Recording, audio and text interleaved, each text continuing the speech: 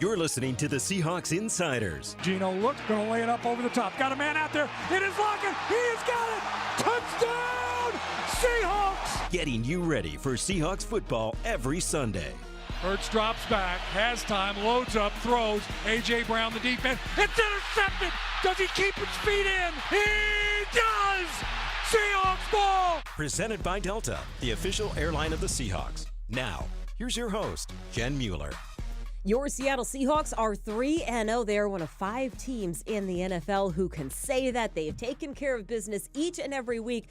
But this week, it is going to be a very different task. Hello, everyone. Jen Mueller alongside John Boyle from Seahawks.com. Hi, Jen. Hi. And I think the Seahawks have proven things. I also think outside the building, they want a little bit more proof that this team is what the record suggests this team is. Exactly. As you said, they're one of only a handful, 5 3-0 teams in the league. That is a great accomplishment. And it doesn't matter who you beat in this league. Wins all count the same. There's no style points, and that's going to help you in the standings down the road. But to your point, a lot of people are looking at who have they beaten? What offenses? What quarterbacks have they played? So that's why I think a lot of people are really excited about Monday night's game of like, this is another level of offensive challenge that they have not seen yet. Well, I am really excited about the game because I think it does pose some intriguing matchups, especially when you look at the health of either side of things. Here was my response when somebody mentioned the same sort of thing to me that you were just talking about. Who have the Seahawks played? Why would you say that this team is a legit undefeated team? I would say from my perspective on the sidelines, in each game, there has been an opportunity to completely go downhill. Like there has been an opportunity for there to be finger pointing or for things to get out of control or for emotions to take over. And every single time, as DK Metcalf has said from week to week, they have come together. They have gotten stronger. The play callers have made the adjustments. The team has executed. Look, you're right. You have not faced a quarterback like Jared Goff. You haven't faced a running attack like what you're going to face on Monday night. But I think that some of those things that are a little bit more nuanced have gone overlooked. For sure. And they haven't, like Mike Macdonald made this point Monday, they have not played anything close to their best football yet. And they still went out and won by 3 times. To win a game by 3 touchdowns with 2 turnovers and 11 penalties, like I don't care who you're playing against. You're doing a lot of things well if you can overcome all that and win by that kind of margin. So I'm really excited to see what it looks like when they go against some more talented offense, but I also have a ton of confidence in what this team can do when the stakes are a little higher. Well, and when I was talking to Draymond Jones after the game and I was trying to figure out which number was most impressive, it was like 3. We gave up 3 points. That's really hard to do. I don't care who's the quarterback. And those 3 points only came because of a turnover at the 6-yard line. Like they didn't give up a single point that required any sort of drive at all. Yeah. And you know what I found interesting in listening to Rayshawn Jenkins, who, by the way, I was looking for after the game because he has had a heck of a 3 games. The tackle numbers, he is right on top. I could not find him after the game. I think he snuck out of there quickly to go celebrate with family, which he is absolutely entitled to do. He did speak to the media at the podium this week. And, John, here's what I found most interesting. We keep talking about how we don't know what this defense looks like and we don't know what the next iteration is. When you hear Rayshawn talk about his introduction to Mike Macdonald, he didn't know what this was going to look like either. Like when I first got in, it wasn't like too clear to me. I mean, I kind of understood everything, but I really had to dive into like, okay, why is he calling this? Why does he want, the safeties to play this way? Why does he want the underneath coverage to play this way? And then it just starts clicking as you start seeing like real opponents because he's really attacking how they run their scheme. Like it's not just, hey, okay, you're a curl flat player, drop here.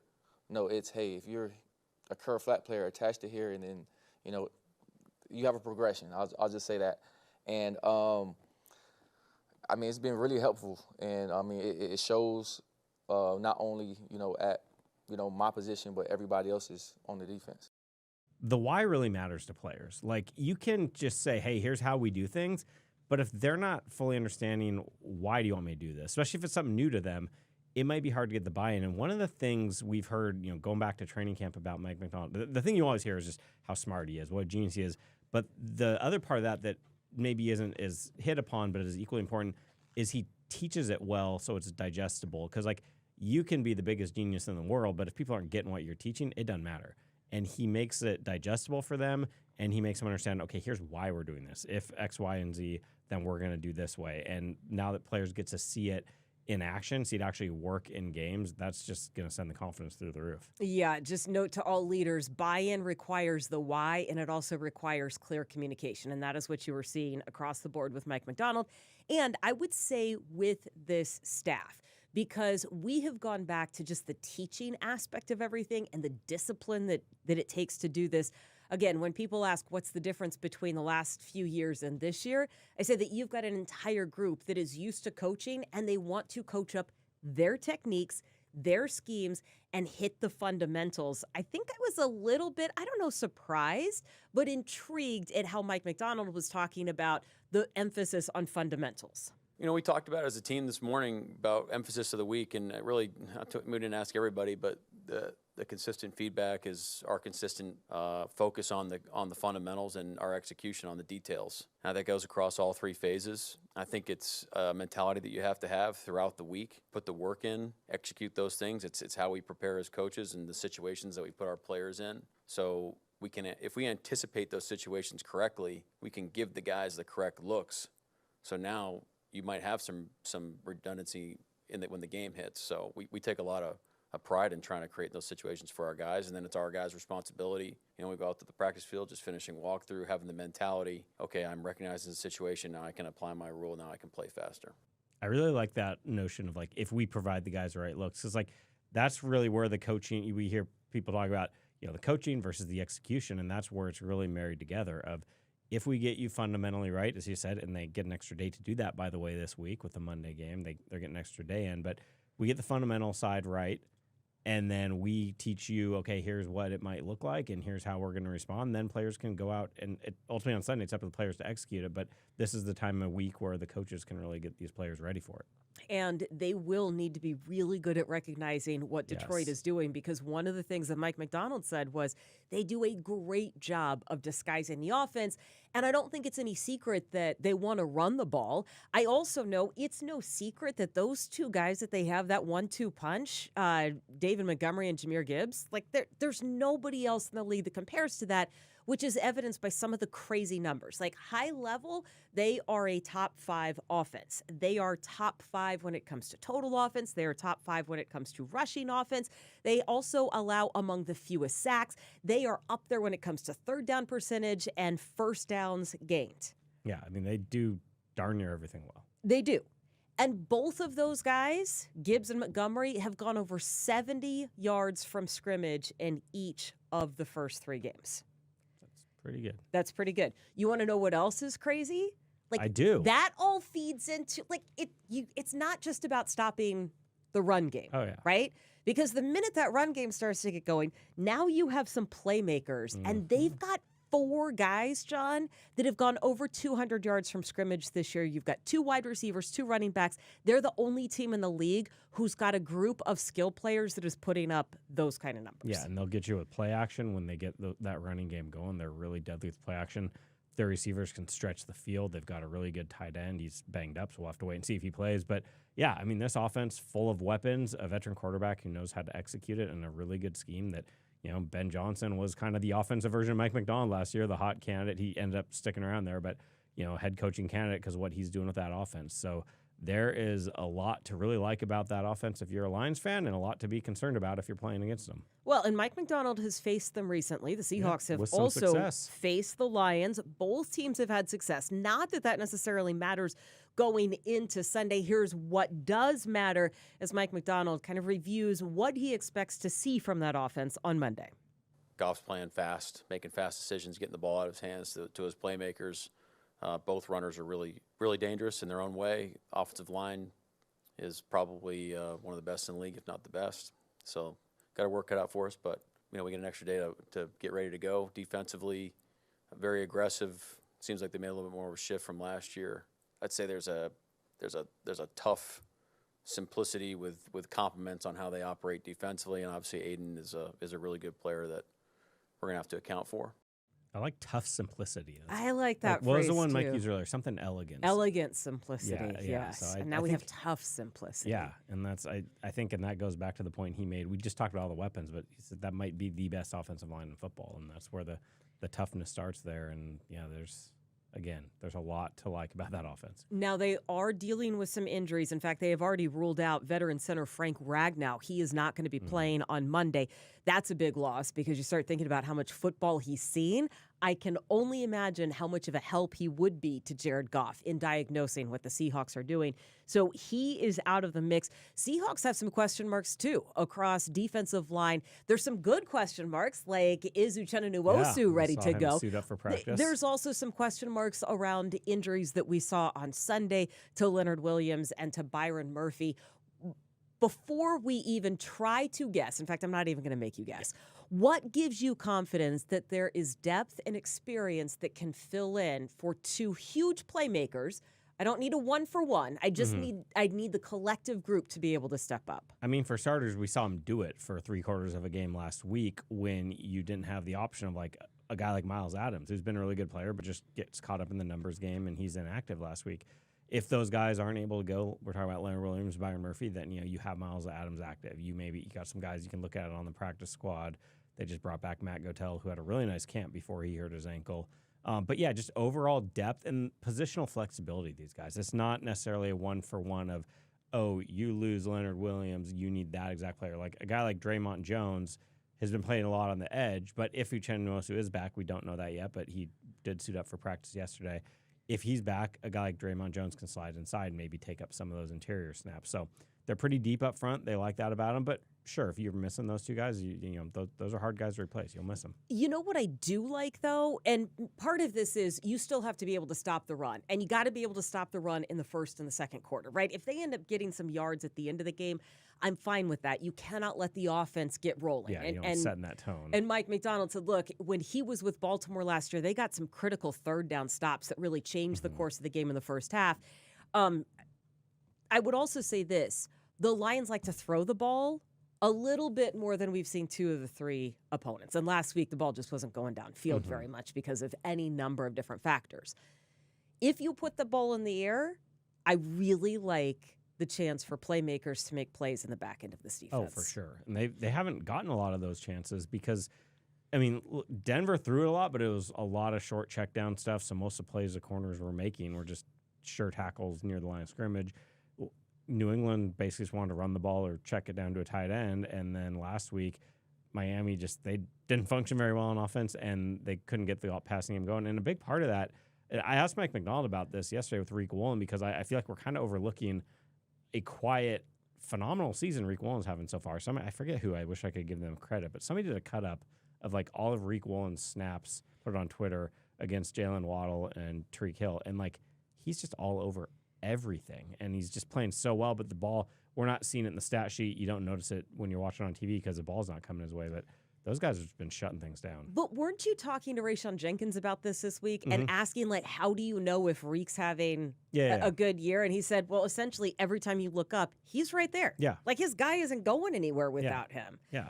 Yeah. And at the same time, I mean, Spoon, Trey Brown are doing the same thing. So it's just those three guys are all playing at such a high level, and we haven't really been able to celebrate it like we should because the ball hasn't come their way yet. And I think this could be a game where they get tested a little more, and it's going to be fun to see them show what they can do. Well, I mean, two of the three guys I just mentioned have had pick sixes in Detroit in the last 2 seasons. Well, I mean, we've played the Lions for 4 straight years. Yeah. This will be the 3rd straight time. It's the new in Carolina. Detroit. It's the new Carolina. Detroit is the new Carolina. Yeah, I don't know which is the shorter trip necessarily or which I prefer.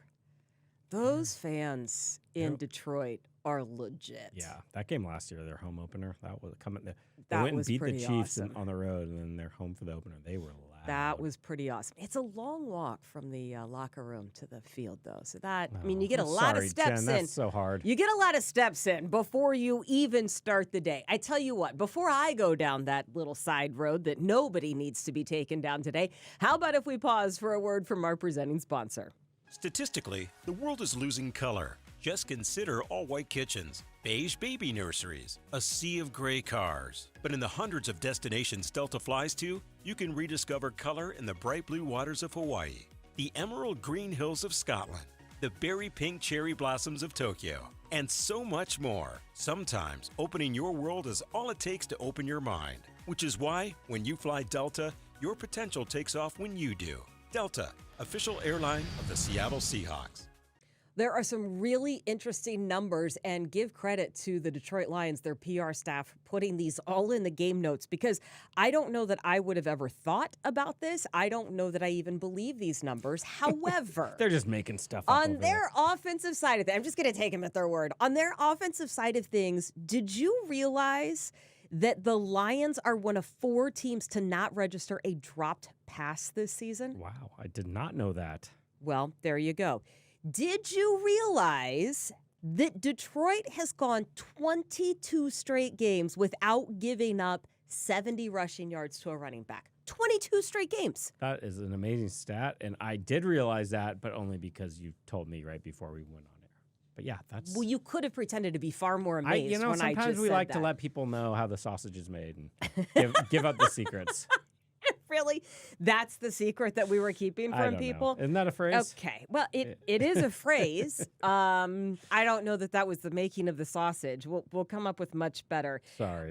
Here's another number that came up. So PFF, Pro Football Focus, has a new stat that they've created. It's called lockdown percentage. Have you seen this? I have not. Okay. So lockdown percentage essentially rates the guys in coverage and how much space they give the wide receiver to make a play. Okay. Gotcha. Now, if you are giving the wide receiver cushion on purpose, that doesn't count. They're only counting man-to-man. I got to dig into this a little bit more, okay? We're just going with it, though. We're just going with it because it's another one of those numbers. The Lions coverage team was at their best last week. They completed, Arizona completed just 61% of their passes. They averaged just 6.1 yards an attempt, and Kyler Murray had a 76.5 passer rating. It is significant because Arizona was coming off a game in which Kyler Murray was practically perfect in that regard. So when you look at the Lions defense, where does Seattle need to win the battle? Boy, I mean, you always want to say it starts with the run game and starts up front, and you want to get that going, which you do, but they've went and won there twice in a row because Geno Smith has just played his butt off, and they're getting the ball moving through the air. So I think, you want to run the ball, and if they get Ken Walker back, that would be a big help. We don't know his status yet, but there was optimism late last week that he could be back for this game. But even if they can't run it well, we've seen how well Geno Smith has played in that building against, some different players. It's a different team, but a lot of the same personnel and some similar stuff they're doing. And Aiden Hutchinson's name was mentioned earlier in one of our sound bites. 6.5 sacks for him this year, including 4.5 in one game. come in week 2 against Tampa. Now, I haven't studied Tampa's offensive line to know what was going on. I will say that Geno Smith only got sacked one time last year. And if you recall, that was I went back and found that because I was like, 17-yard sack. He was running around. It was 3rd and forever, and he's trying to escape pressure. And unfortunately, made a bad decision and ran a little too long and got tackled for a huge loss. But yeah, Aiden Hutchinson had 2 tackles, I think, no quarterback hits. And that was coming off the Seahawks lost both their tackles in week 1. I was just about to say, and there was some personnel changes. And so you kind of go in going, man, what are we going to experience? That was a heck of a game from Stone Forsythe, and I think it was Jake Curran. Yeah. Forsythe was on the left side for that game. He'll be at right tackle this week. But that was a few of us caught up with Stone yesterday to talk about that. Like that game, I think, definitely gave him some confidence of like, hey, this is a loud environment. I mean, that was the storyline going in that game was like, oh, the Seahawks have no chance against if they lost both their tackles. They're not going to be able to function as an offense. It's going to be so loud there, which it was. Again, their fans are awesome. They're loud as heck. But those 2 guys held up well enough, and they schemed it up very well, the Seahawks did, to make sure the ball was coming out quickly. And, that'll be great for Stone to have that experience in his back pocket. And just what he's done this year, too. He's, it was a little rough for, anytime you come into a game because of injury for a lineman, that's tough. In that first week, he had a few hiccups. But the last 2 games, he's gotten increasingly better. He played really well this past game, and he'll need all that confidence and all that. Because if you look at where Aiden Hutchinson's getting those sacks, that 4.5 sack game, he was lined up on the right tackle for every one of them. So Stone's going to have his work cut out for him, but he's feeling confident. Yeah. Here's who else I think might have gotten a confidence boost. I think Zach Charbonnet. Yeah, After last that week, finish. I got to say, watching the expression and the frustration, there was, I'm going to stop short of saying consternation, but certainly the way Miami was stopping the run early, it was not ideal for the Seahawks. In fact, when Geno called the offense together in the third quarter, he said, look, we've got to get back to running the ball. And then they proceeded to come out, and I think they threw the ball 7 straight times. Now, they were moving the ball down the field, Hey, and it's totally fine. But for the ball to be in Zach's hands at the end of that game, well, I think that it's a confidence boost for him, and it's certainly the way Mike Macdonald wants to play football.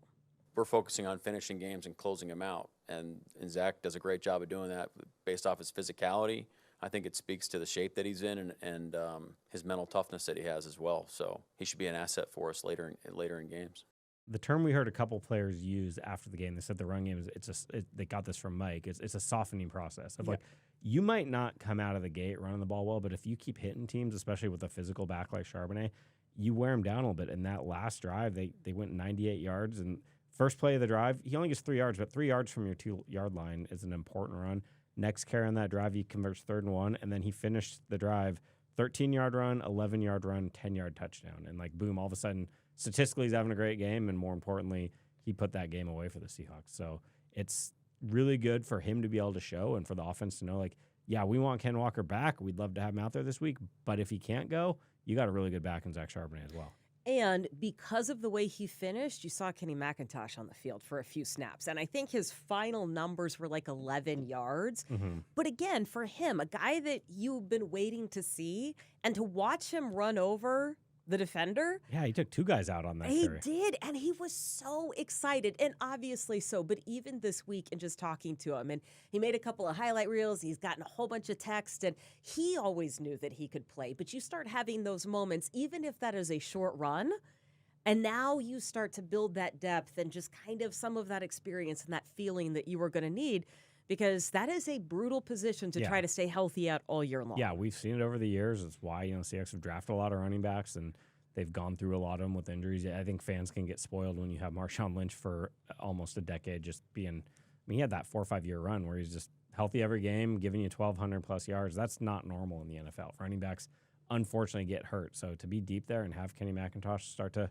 build that confidence is a big deal. I also think people forget that it was a softening process when Marshawn Lynch was in the game, too. Oh, yeah, for sure. First and second quarter, everybody could stop Marshawn for a 1 or 2 yard gain. Then I don't know if I'd say everybody, but yes, there was plenty of times where you're like, oh, stands. man, like, what's going on? And then you start breaking them a little bit in the end. We get an extra day to prepare for the Lions.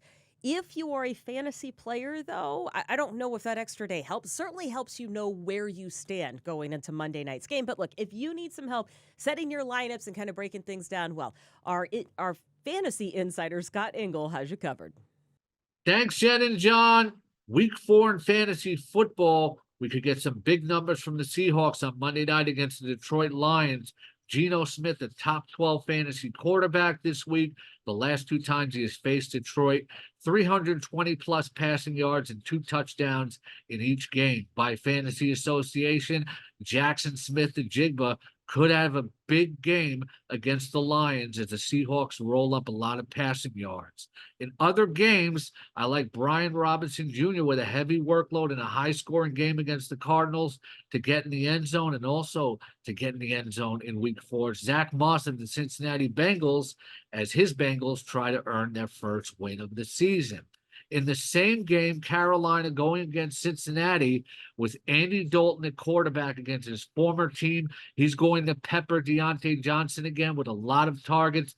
Deontay Johnson, a must start as a fantasy wide receiver 3. And if you're struggling at tight end, go with Taysom Hill of the New Orleans Saints. He may qualify at tight end in your league and the format, so check for that because he could get in the end zone as well. They might use him for running quite often. Check out more of my work on Seahawks.com on the Fantasy Insider tab on the news page, and also rotoballer.com in the Athletic. Back to you, Jen and John. All right. Thank you, Scott. I think we've covered this game from just about all angles. I'm just really excited for this one. I think it's good. And Seattle in prime time, well, they've been really good. And Seattle on Monday night has Really been good. exceptional. Well, if I just said really good, then you can't copy me and say really good. You had to pick a different word. I'm going to say exceptional because Seattle is 14-4 on Monday nights since 2010. I'll give one to our German friends and say ausgezeichnet. Okay. Just Smarty excellent. pants. Really? you know, How we many got a lot of times did you thousands. have to practice that word? I studied German in high school, Jen. A few things stick. And that's the word that stuck? It's a cool word. Okay. All right. Well, things that I didn't know about John Boyle that we're learning today. Here's what I really want to learn. John, what are the 2 things that you need to see for the Seahawks to come away with a win? As good as this Lions offense has been so far, they've turned it over 4 times so far. And as I mentioned earlier, Seahawks, big plays in both games, pick 6s by Trey Brown last year, week 1 the year before. That offense is good enough. They're going to move the ball some. I know the Seahawks defense is playing really well, and I expect them to do really well, but it's not going to be 3 points. I think they're going to need to make some plays. So give me a turnover or 2. Make Jared, pass rush. Seahawks pass rush has been awesome. We haven't really touched on that today, but pressure rate, sack numbers, they're doing a ton of good stuff. So dial up some pressure and get to him. Flip side of that, just give Geno Smith some time to operate. The biggest, and I'll tie to that, and maybe I'm getting greedy and taking too many things. Get rid of the offensive line penalties. To me, that's kind of goes in the bucket of the offensive line has done a lot of things really well. I think they're getting maybe unfairly hammered right now, but they do need to get rid of some of these penalties that have killed drives. You look at the third down numbers last week for the Seahawks, they were really bad. Yep. Because they were I think it was like 7 third and 15s or longer. Well, so. that was going to be the thing I was going to say. All Is right. Well, you've got to I've convert your still- third yeah. downs. Well, I would just say, look, you've got to convert third down because, like I mentioned before, Detroit is one of the best in the leagues. Detroit's converting about 45% of their third down opportunities. Yeah. You're right. If Seattle's going to be backed up, it's nearly impossible to convert on, 3rd and 26 or 3rd and 34, whatever it was that we saw last week. But your point being, don't put yourself in that position because you are going to need to stay on the field against this Lions team. Yeah. I love the note about getting pressure on Jared Goff. What was it, 6 sacks last week? Yes, for 6 the sacks, Seahawks. 12 quarterback hits. Yep. And that really helps those numbers jump because last week we were talking about how much pressure they were getting without actually getting to the quarterback necessarily and getting those sacks. Also, just 3 takeaways, I think, this year for the Seahawks. Rayshawn Jenkins mentioned that. They, that's of all things they're doing well. That's what he wants to see them get better at this week. Yeah. So I guess instead of coming up with new things to watch, I'm just going to piggyback on yours. It is going to be a physical game, and I want to see the same physicality that we have seen in the first 3 weeks. I want to see that play out, right? I don't want that to be a fluke. I don't think that it is, but I really want to see them go head-to-head and start maybe silencing that crowd at Ford Field because it is a loud, raucous crowd. It'll be fun. Looking forward to it. And we will. Well, I was hoping you would show a little bit more enthusiasm in that. I Would you like to already- try it one more time? Looking forward to it, Jen. How's that? That's the note we are going to end on. And we'll be back with you next week for another edition of the Seahawks Insiders Podcast.